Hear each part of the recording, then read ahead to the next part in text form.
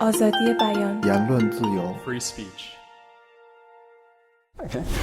Ray McGovern, many whistleblowers have to break oaths. You're a veteran of the intelligence services and you studied theology. In your opinion, when is it morally justifiable to break an oath? Okay, you speak about an oath. An oath is a solemn promise. When we sign a secrecy agreement, in my view, that's not an oath. It's a promise. Now, are promises important? Of course they are. Promises are not to be broken lightly. But in my view, when you look at an ethical decision in moral circumstances, there is some gradation of values here. Now, with respect to the secrecy promise, you promise as a condition of employment not to reveal secrets that endanger the national security. They are defined as confidential, secret, and top secret information. Confidential, secret information are not extremely prejudicial to the U.S. security. Top secret is defined as such. But the express intent of these classifications is to protect national security, not to protect fraud, abuse, dishonesty, or worse. So that's the first step. Try to think about, well, what is the real reason behind these secrecy promises? And even so, one cannot dismiss them lightly, and one has to remember that one did make that promise. Now, if you become concrete, and you talk about Bradley Manning, for example, here he was in Baghdad. Here he saw students his age, 22, okay? College students, writing term papers or theses critical of the Malaki government, okay?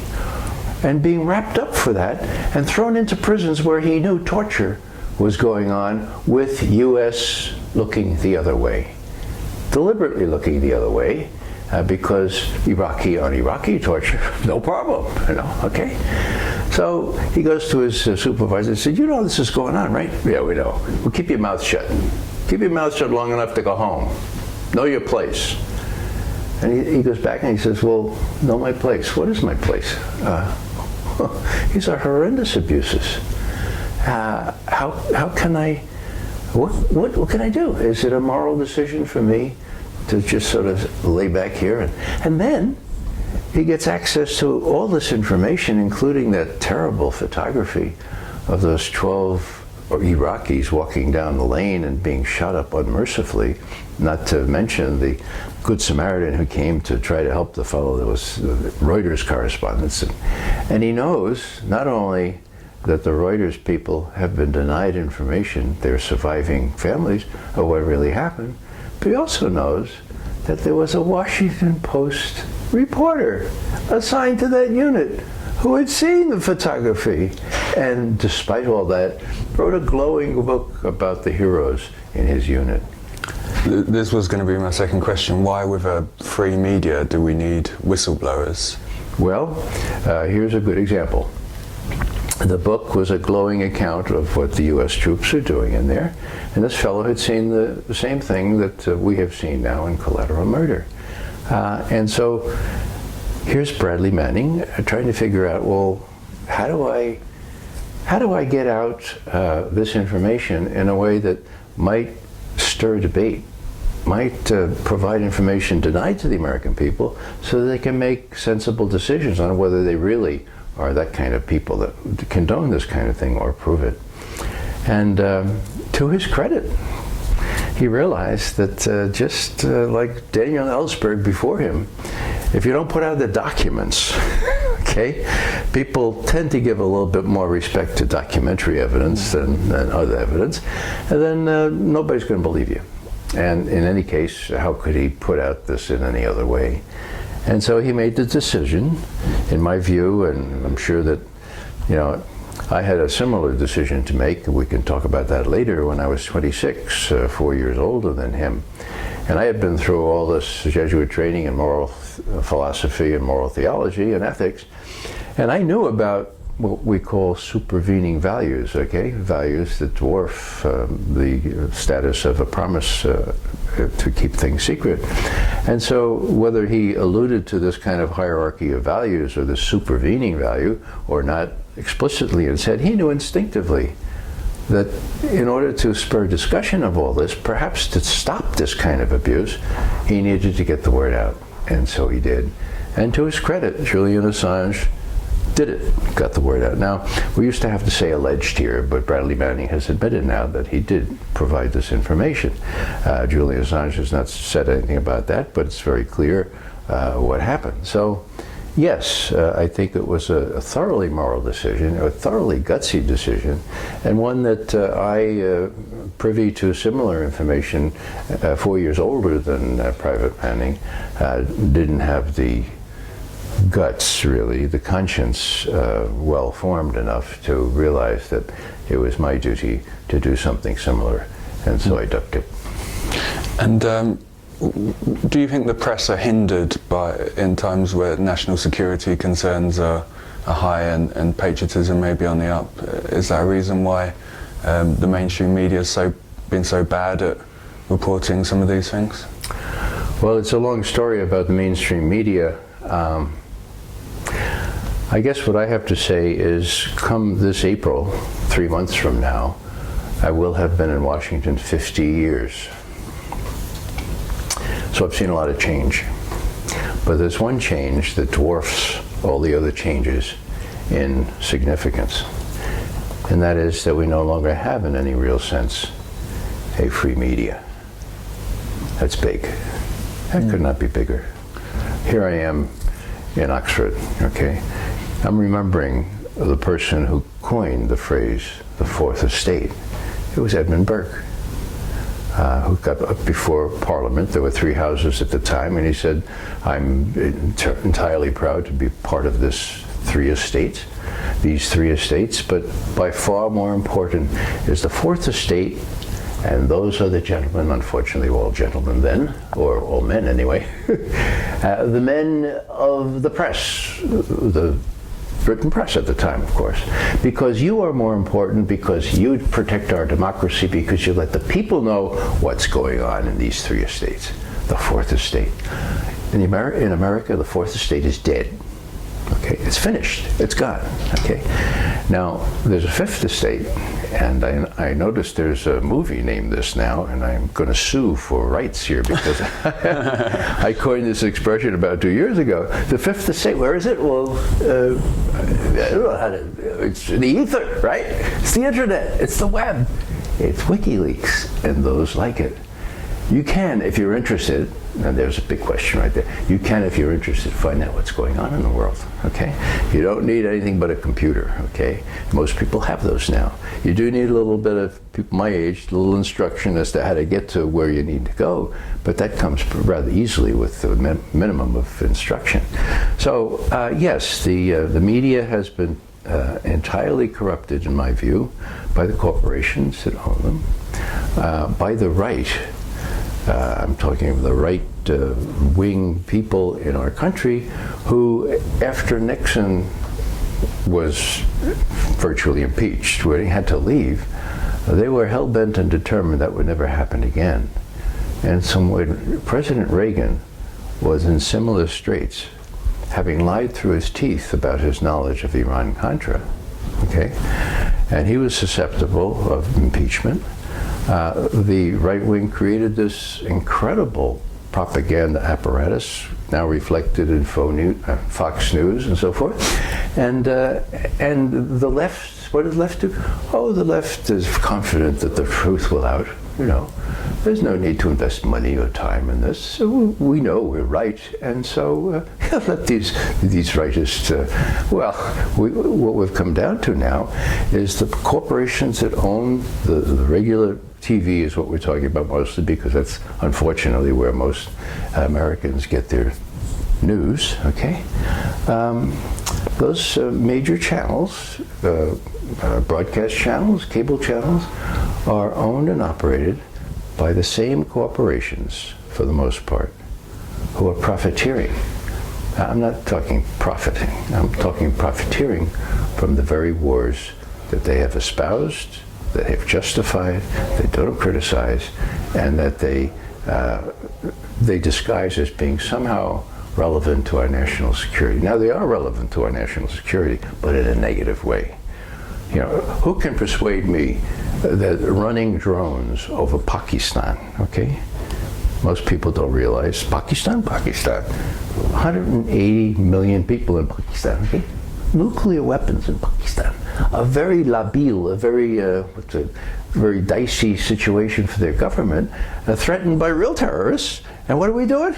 The drone attacks, you know, for every one killed is an extended family of 50 or 100 people who will never cease and desist to do what they can in hating Americans. So the question is John Brennan, for example, the counterterrorism advisor to Obama?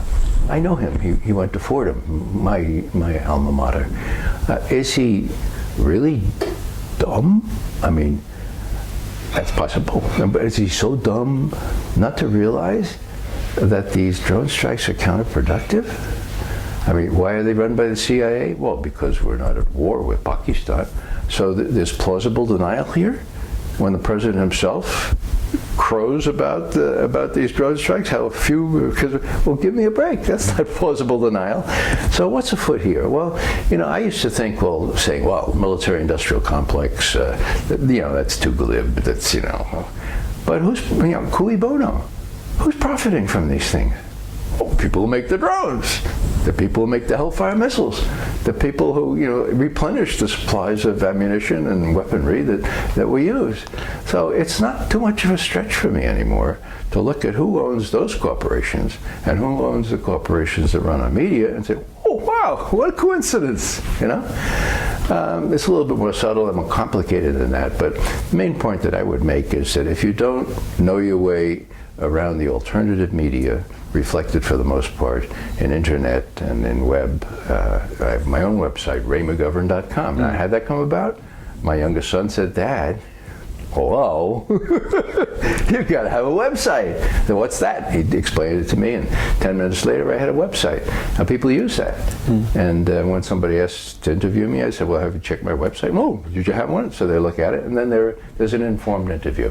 So what I'm saying here is that there's real hope, but the hope has to come from not shackling people, as Julian Assange has figuratively been shackled, you know. It's not to make an example of these people, lest other people give secret documents to people like WikiLeaks. It's to encourage this kind of thing. It's to defend what Edmund Burke used to say is the responsibility of the press, now the media, to give people enough information so that what Thomas Jefferson is borne out in reality. He was asked, you know, if you only had a choice between a government and media, or newspapers and that type of government and newspapers, which would be the most important? Oh, no problem, newspapers. Because without information, there can be no democracy. And that's really serious. I mean, there can't be anything more serious than, you know, protecting the republic, and you can't do that if you don't have information. And would you rather have a government or newspapers today? Well, I think in this day and age, it's sort of glib to say we don't need government. We do. But I would ascribe equal value to a free press, and I am distraught at what's happened to the press. And it's happened over the last couple of decades, and it's been traceable. The editor for Consortium News, for which I write, Robert Parry, uncovered Iran-Contra, fingered Ollie North, and he was, you know what the word they used? Controversialized. You couldn't bear being controversialized if you were in the media. And that's, we're talking the 80s now and the 90s. There's an incredible story that he tells on occasion. It's worth mentioning here. After he had quite honorably and inventively uncovered Iran-Contra, he was sort of a hero in media circles, AP, Newsweek. They invited him down to be a Newsweek writer, and he was pleased to do that. And he was invited to the head of Newsweek's home for one of these soirees where they had corporate down from New York and some distinguished visitors. There was a young congressman from Wyoming by the name of Dick Cheney, and there was the National Security Advisor just removed or just stepped down, Brent Scowcroft, and there were about just 10 other people. And as Bob describes it, he's eating a shrimp cocktail, which was quite nice, by the way. And Brent Scowcroft, who was the National Security Advisor to several presidents and had just stepped down, apropos of little else, he says, now, Admiral Poindexter, my successor, will be testifying before Congress this week. And the question, of course, is how much Ronald Reagan knew about Iran-Contra. If I were advising Admiral Poindexter, I would tell him to say the president knew nothing about it. But Perry drops his fork into the shrimp cocktail and without thinking says, General Scowcroft, do I understand that you would advise Admiral Poindexter to perjure himself? That's how quiet it was for about 30 seconds. And then the head of Newsweek put his arm around Bob, and he said, now Bob, sometimes you have to do what's best for the country. Gentlemanly laughter. There were no women there. So there it is. We know what's best for the country. If that means perjuring yourself, it's best for the country. And Bob knew right then, I'm out of Newsweek. You know what he had to do? His son got out of college and said, Dad, there's something called a website. You don't have to fight Newsweek anymore. You can do your own website. So he set up his own website in 1996. It's the first one in investigative journalism. It's the best. Consortiumnews.com. I'm honored to write for it. And he does get the word out there, but it's always a struggle, carving out an audience and making sure that people know about the good stuff that we put up. And do you think that alternative media can help improve the fourth estate? Do you think that more resources will go into investigative journalism, or it will be outsourced? Well, I have great hopes for the alternative media. There is a growing trend where people can get educated. But the situation in our country is such now that many people have 2 jobs and maybe 3, and they come home and they put dinner on for their kids and they put up their feet, and last thing they're going to do is search for alternative media. They're going to put on Fox News and they're going to think that they're getting the news.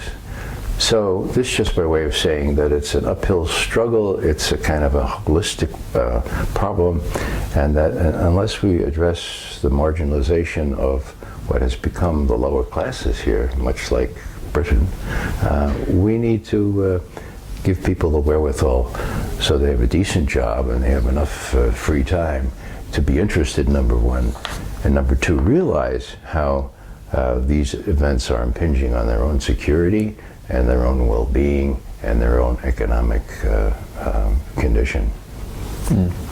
Are there any places you think people should start? I mean, you've mentioned Consortium News and Raymond McGovern. Well, I'll give you one example.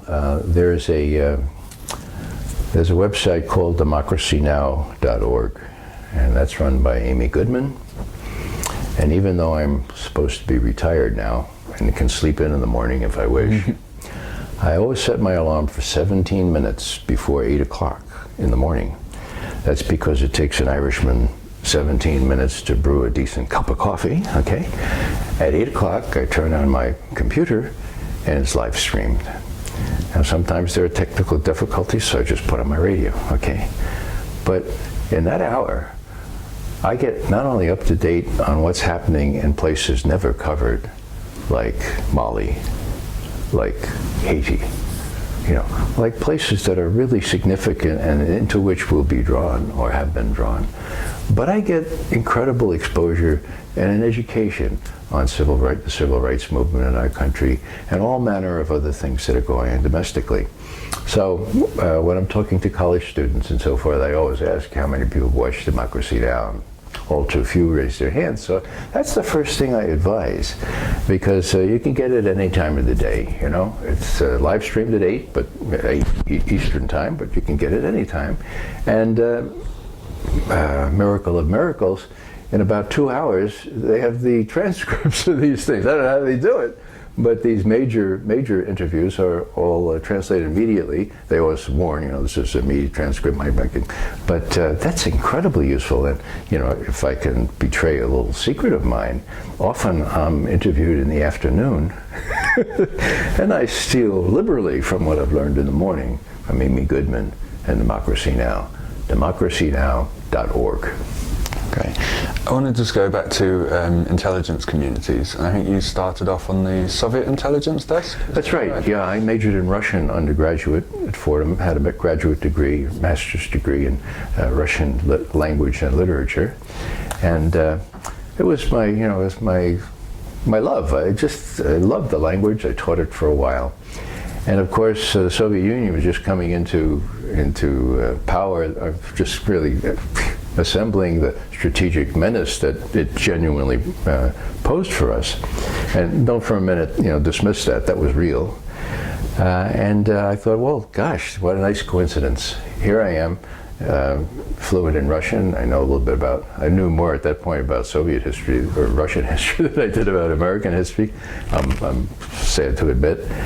And by coincidence, we have this new young president who in my senior year in college says, well, you know, don't be asking what your country can do for you. What can you do for your country? Now that sounds corny today. And that's sort of a symptom of the society, but that was real for us, okay? And there are whole people of my generation with this kind of hair on, okay, that are still down in Washington, still trying to do that, whether they're retired or whether they're still on active duty, so to speak, still trying to ask what they can do for their country.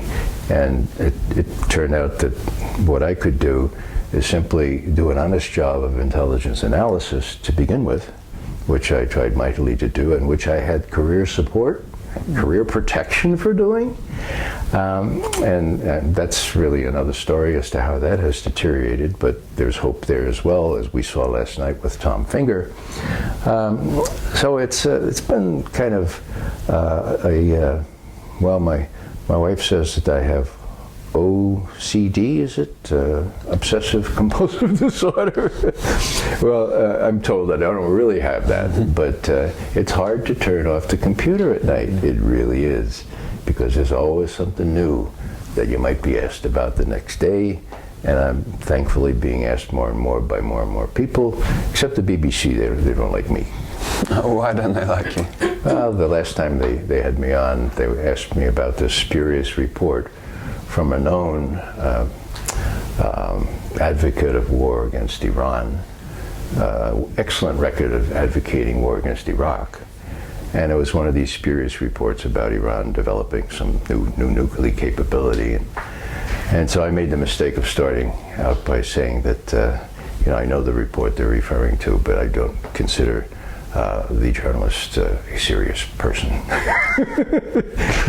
What you mean? What do you mean? I said, well, look at the record. Have you looked at what he's been saying about Iran all along? You know, do you know what the intelligence people say about it? Have you compared the two? Well, he's going to be on in 10 minutes. He's not here to defend himself. Well, good. He's on in 10 minutes. You ask him these questions. Well, it deteriorated from there on, and I was not very welcome. I get on the BBC International about once every year. CNN International, a couple times a year. CNN Domestic, once every 3.5 years.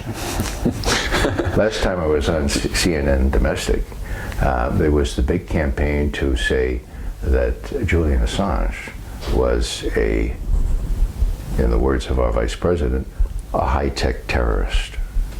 High-tech terrorist. Wow. Terrorist is a very fungible term these days, apparently. So this interviewer from CNN, his instructions were to get me to admit that Julian Assange is not a journalist. so I was prepared for that because of what they started out with a clip from Bonnie and Clyde, you know, showing what kind of terrorism this could be, all right? So luckily I didn't see the clip, so I was still loaded for bear, but had I seen that, I would have been out of my gourd, you know? So I said, of course he's a journalist. What's the definition of a journalist? It's somebody who doesn't just take dictation from what the government says, or a stenographer, or feed off government releases. Somebody finds out what's really going on. Yeah. So this took him aback. So you think he's a journalist? I said, well, I just gave you the definition of a journalist. Don't you agree? Because if that's he says, what would be your advice for us? And I said, well, with all due respect, I think you might want to try to emulate Julian Assange, try to find out what's really going on, and let the rest of us know about that. He says, yes, but he's been damaging people. He's putting people at risk. I said, the Secretary of Defense has just said that those charges of people being put at risk by these disclosures are, quote, significantly overwrought, right? He said, well, that's all we have time for. So, I knew that was a kiss of death, but, it's worth getting that out there because it was live, and that's what I desperately lust after, live interviews. And do you think it's wanting to be close to the administration, or sensationalism which drives the mainstream media to these sort of awkward interviews? Journalists impose their own brand of self-censorship. No one wants to be controversialized. There's big bucks there, You get one of these TV host jobs, and you're set for life. So I regret to say that the profession of journalism has suffered in equal degree to the profession of law. When you look at our country, where are the lawyers? Where are the lawyers to say, hey, doesn't the Fifth Amendment say that no person shall be deprived of life, liberty, or property without due process? And here's the president getting a list of 13, let's say, not terrorists, but suspected militants, whatever that means. And John Brennan, now the nominee to be CIA director, serves this up every Tuesday. He comes in, 11:30, whatever it is. He says, now, Mr. President, here we have 13 this week to be whacked by drones. The president looks at him and he says, oh, John, that number 3 there, didn't you tell me last week that he has 3 small kids? Oh, yes, Mr. President, but we've confirmed that he is a suspected militant. We saw him having lunch with 2 other suspected militants who are attached to another. So he's a real suspected militant. Oh, John, I don't feel really right about it. Why don't we put him, we'll talk about him again next week. Let's just go with the 12 this week. This is all, and goes have a nice lunch with Michelle Obama.